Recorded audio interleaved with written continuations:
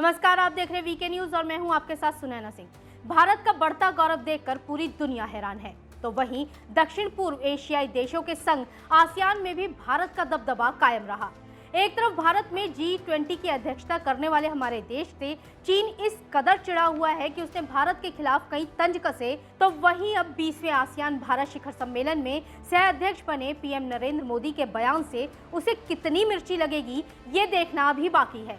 Summit में सह अध्यक्ष बने पीएम मोदी ने इंडोनेशिया में हुए आसियान भारत शिखर सम्मेलन में 10 सूत्रीय प्रस्ताव पेश किया। इस प्रस्ताव में जो कुछ लिखा गया वो अपने आप में भारत की मजबूत दावेदारी कर रहा है।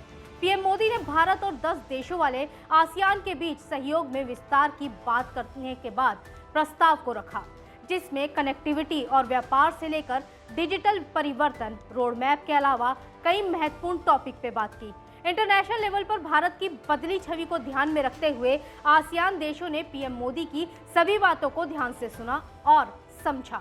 पीएम मोदी ने स्वतंत्र और खुले इंडो पैसिफिक की दिशा में प्रगति और ग्लोबल साउथ की आवाज को बुलंद करने पर जोर दिया। इसके साथ ही पीएम मोदी ने आतंक पर बोलते हुए इशारों में पाकिस्तान के आतंक का मुद्दा उठाया। पीएम मोदी ने कहा कि आतंकवाद, आतंक और आतंकियों के लिए फंडिंग और साइबर दुष्प्रचार के खिलाफ सामूहिक लड़ाई के साथ साथ बहुपक्षीय मंचों पर साथ काम करना होगा।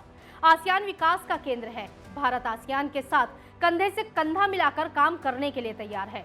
21वीं सदी एशिया की सदी है, ये हमारी सदी है। इसके लिए नियम आधारित पोस्ट कोविड विश्व व्यवस्था और मानव कल्याण के लिए सभी के प्रयासों की आवश्यकता है। स्वतंत्र और खुले इंडो पैसिफिक की प्रगति और ग्लोबल साउथ की आवाज को बुलंद करना सभी के साझा हित में है। आसियान भारत की एक्ट ईस्ट नीति का केंद्रीय स्तंभ है और यह आसियान की केंद्रीयता और भारत प्रशांत पर उसके दृष्टिकोण का पूरी तरह से समर्थन करता है। आसियान भारत शिखर सम्मेलन के जरिए भारत ने पिछले साल अपने संबंधों को व्यापक रणनीतिक साझेदारी तक बढ़ाने का काम किया था।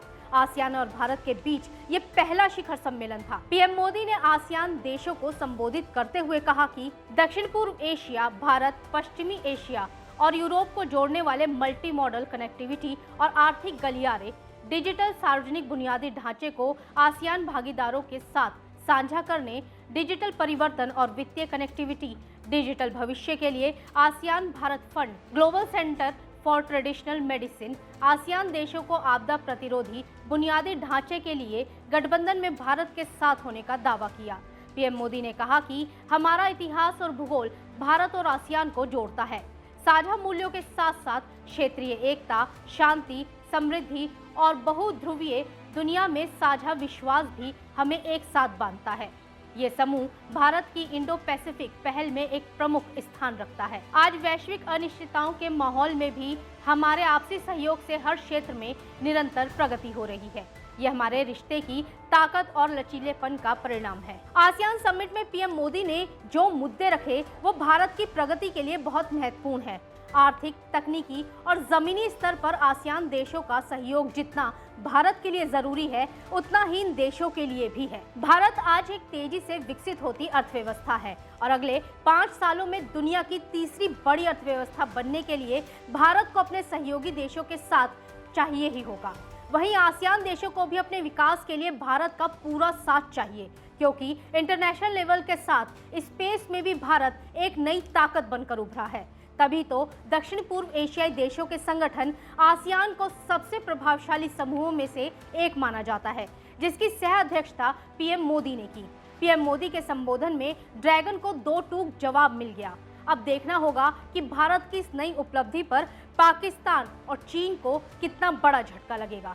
इस खबर पर क्या है आपकी राय, हमें कमेंट बॉक्स में जरूर बताइएगा और अगर खबर अच्छी लगी हो तो लाइक और शेयर जरूर कीजिएगा। धन्यवाद।